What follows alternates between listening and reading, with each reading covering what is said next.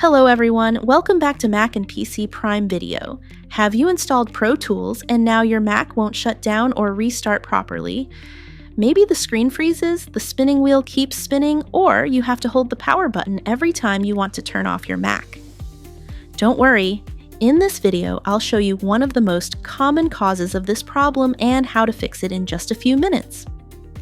Let's get started. What causes the problem? This issue is usually caused by a background audio driver conflict. One of the most common culprits is the Avid CoreAudio.plugin, which is installed with Pro Tools or the Avid CoreAudio driver. If this plugin isn't compatible with your version of macOS, it can prevent the operating system from completing the shutdown or restart process. Fortunately, the fix is simple.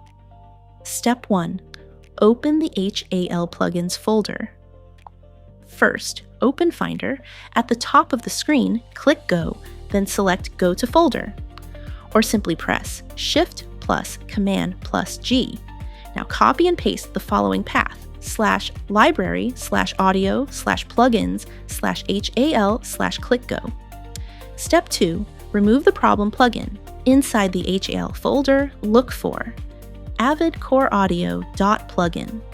If you find it, drag it to the trash. You may be asked to enter your administrator password.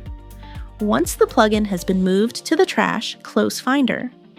Important, removing this plugin disables the Avid CoreAudio driver. If you need it later, you can reinstall the latest version that's compatible with your version of macOS. Step 3. Restart the Mac. Now try restarting your Mac normally. For many users, this immediately fixes the shutdown and restart problem. What if the Mac is already frozen? If your Mac is already stuck on the shutdown screen, but you can still move the mouse cursor, you'll need to perform a force shutdown.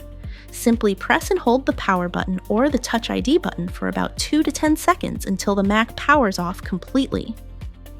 Wait a few seconds, then turn it back on. That's it.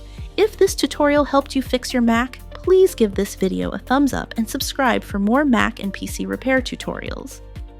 If you're still having problems, leave a comment below with your Mac model, your macOS version, your Pro Tools version. Thanks for watching, and I'll see you in the next video.